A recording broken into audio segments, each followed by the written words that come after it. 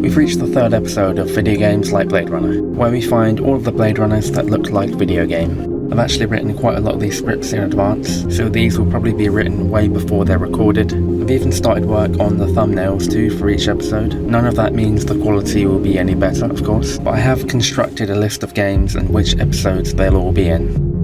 In the intro to the last episode, I spoke about what makes a game Blade Runner as opposed to merely being cyberpunk. Upon looking over some of the games I've chosen for the entire list, I still recognise that it may just be a subjective thing, but of course I'll be trying to make the case to justify my choices when I speak about each of the entries. I'm actually recording this before releasing the second video in the series. It's all finished editing, I just haven't posted it yet, so I have no idea how well that one's done, but that one did take longer to make than the first one, and I feel like it was a harder one to finish and edit. I was worried that it would perhaps not live up to the first one, and I kept asking if it was good enough or funny enough.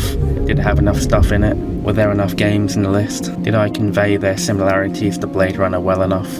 Possibly overthinking things, maybe things to consider for the future. Maybe I do need to resign myself to the fact that not every episode will necessarily have a blockbuster game, a game they care about or even agree with being on the list. And it might take some time to get to the games that people feel like are most Blade Runner-like. Remember, this list isn't in any particular order. I'm also trying to balance putting a case forward by giving you facts and details about the game's world and lore and themes, while at the same time not just reading out the Wikipedia page. A lot of these games I wouldn't have played, so I'll try to research them as best as I can. For some reason I also tend to want to go into a game's rating and sales and audience, reception, and all of that kind of thing, which is just a habit I suppose. Also, for games I have played, I suppose it's kind of natural to veer into trying to give my critical opinion on it, which I don't know should be in this kind of video or not. I suppose I'll take it on a case-by-case basis and see if it's relevant. Anyway, talking of overthinking, let's just get to the list.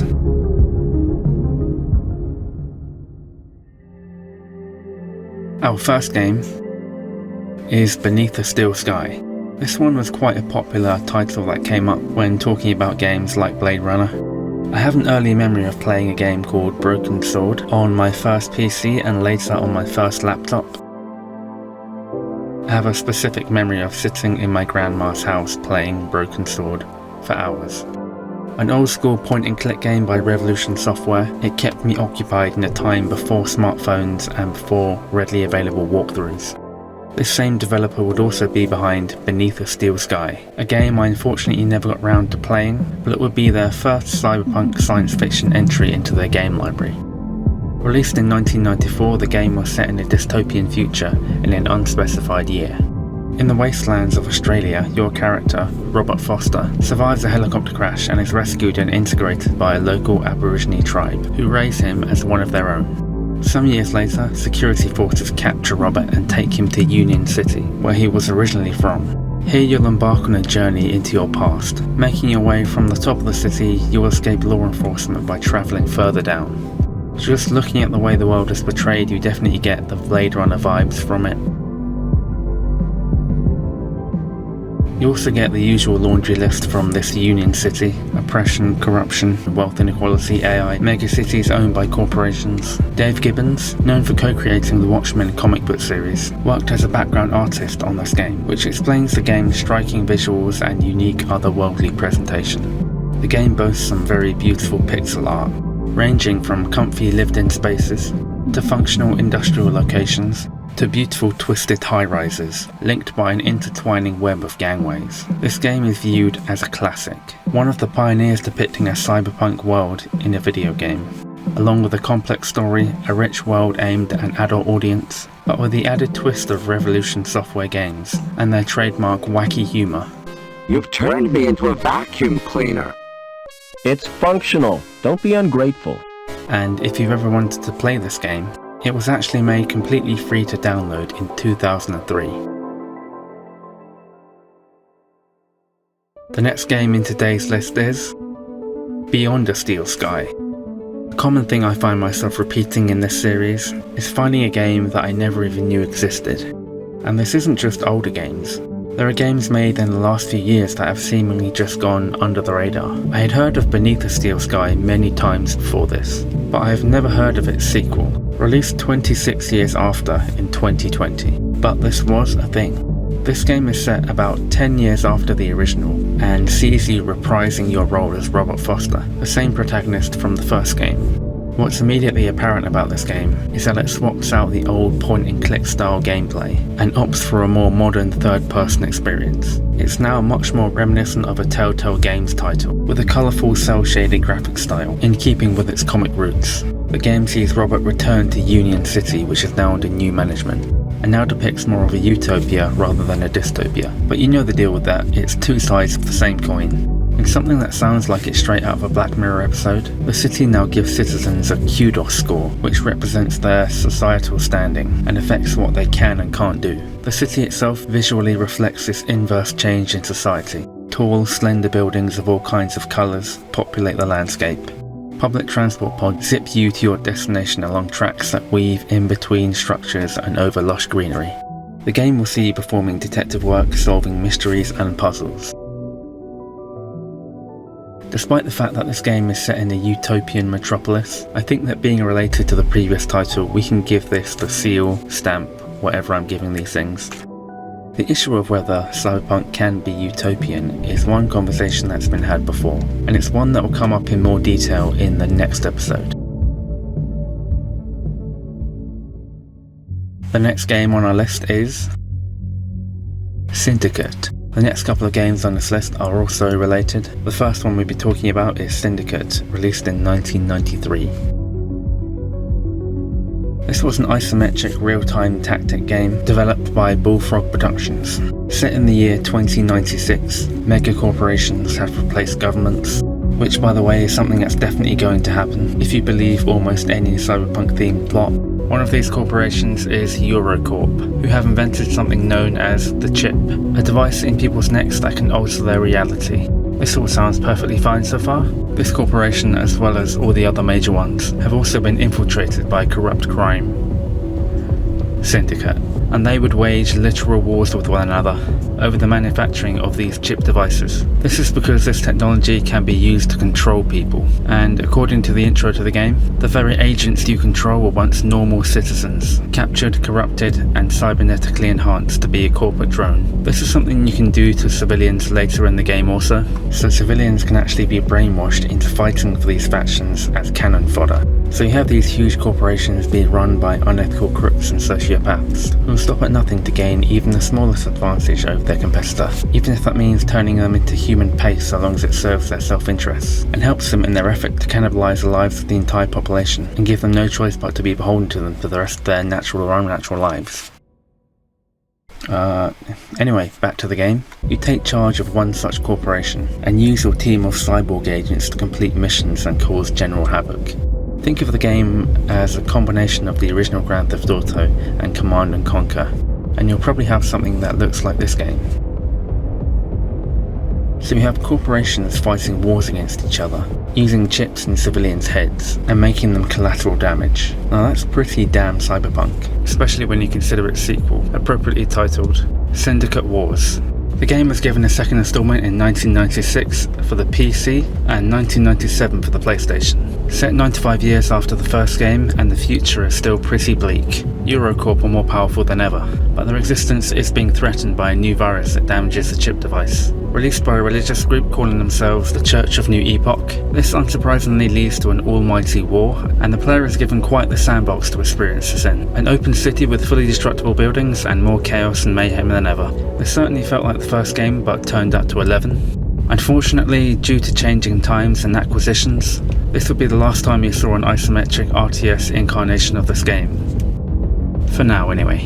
There was originally a spin-off game in the works that would have been set on another planet, and it would have featured submarine gameplay and would have used the same technology as in the Syndicate games to control marine life. But we're getting pretty far away from Blade Runner here, and it was cancelled anyway. And this feeds into our next game on the list. But before we get into that, we're going to take a slight detour here, as far as the Blade Runner aspect. I'd like to delve into some lore that I think will relate to not only this game, but the remaining 2 games on this list. So I ended up just making a whole nother video because it was so involved, so I'll refer you to that, but essentially it's talking about the idea of being used as nothing more than a tool or a weapon for a corporation, and the ways in which this is covered in the Blade Runner universe. We now move on to Syndicate 2012. A reboot by Starbreeze Studios. It would take elements from the first game and transform them into a more modern FPS, suitable for the contemporary gaming space, along with graphics, cutscenes and voice acting. You take the role of a corporate hitman in the year 2069. The chip device has been given new life in this game, as well as once again being able to hack enemies' chip devices, in the same vein as other cyberpunk titles such as Deus Ex and Cyberpunk 2077. You can also upgrade yourself by taking components from others, in a rather gruesome way similar to that of Altered Carbon, which by the way, if you haven't seen, that's another Blade Runner thing you have to see. I might do another series like this where I list TV shows and movies similar to Blade Runner, but that's a whole nother thing. So anyway, you take this Altered Carbon looking device, which looks like some kind of Apple Cora, and you jam it into their face to get their components out. Okay, wait. Okay, so apparently this game was written by Richard K. Morgan, the literal author of Altered Carbon. That makes a lot of sense. The game also has voice acting from Rosario Dawson and Brian Cox. How can this game have flown so far under the radar of this cast of people? The game's world, from what we saw, which was apparently frustratingly little of, definitely had the Blade Runner vibes, and in fact the movie is referenced as direct inspiration for the game. Different societal classes are represented in the game. The upper zone features a more utopian setting for those with the implants, and conversely in the down zone, you'll find the lower classes and non-implanted members of society. The game features some pretty gnarly, dark, violent stuff, moral grey areas, artificial memories, all in keeping with the cyberpunk theme. The game apparently only sold 150,000 copies worldwide, which, considering who was publishing the game, didn't go down too well. It seems as if this is a real shame considering the wealth of talent involved with this project. I'm sure there are still some people out there who will tell you that they've played this game and they thought it was great, but it definitely feels like there could have been more from this world. But who knows? Maybe there still can be. Just because something wasn't a commercial success doesn't mean great things still can't come from it. Or maybe Richard K. Morgan can make an Altered Carbon game. I'd be up for that. Sorry, that's probably slanderous in a Blade Runner video. Our next game on today's list was also released in the year 2012. There must have been something going on in that year. It was called Binary Domain. The first game developed by Ryoga Gotoku Studios. I definitely recorded that in one take. The same studio who would later go on to develop the highly acclaimed Yakuza series. This game takes place in a world ravaged by global warming. Sucks to be them, eh? Rising water levels leaving much of the planet uninhabitable. Much of the workforce is replaced by robots doing labour jobs, and there is an ongoing war between the 2 biggest corporate manufacturers of these robots. As part of the New Geneva Convention, there are international laws passed preventing the creation of what's known as hollow children, which are robots that can pass as human. This law appears to be broken when the headquarters for the American robots company, Bergen, is attacked by an individual who doesn't know they're a robot. This is a terrifying prospect, and is very much in keeping with Blade Runner. The idea that a replicant doesn't even know that they are a replicant. Your crew is then sent to Japan in order to bring the founder of Armada Corporation in for questioning. In terms of gameplay, this is a rather standard cover-based shooter, which sees you travelling around, exchanging fire with machines and they explode and break into pieces. Your crew is a diverse range of personalities with a colourful spectrum of personalities. I didn't proofread their script before I read it out. And these personalities are displayed in various cutscenes throughout the game. What? What am I? A hollow child. That's what we call you. You've been programmed to think you're human, but you're not. I don't want to die. You won't. Only humans can die. As far as the vibe goes, it's a pretty standard shoot the enemies kind of game, so I think beyond the initial theme of the story, that's kind of where the Blade Runner similarities end. I imagine this is what a Blade Runner movie would have been if it was directed by Michael Bay.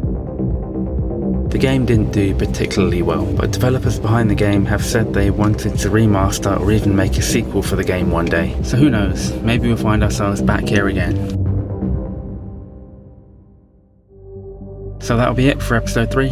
I tried to make some stronger, more direct cases, linking the games in this list to Blade Runner, and I will try to do this in the future and keep it in the back of my mind. As I've said before, I'm considering uploading some more videos onto a second channel. I have lots of ideas. I was planning on making the second channel a bit more of a philosophical channel with longer, more abstract video essays, but I might keep them on this channel. I don't know yet. But I will state again, it's not all necessarily all going to be about Blade Runner.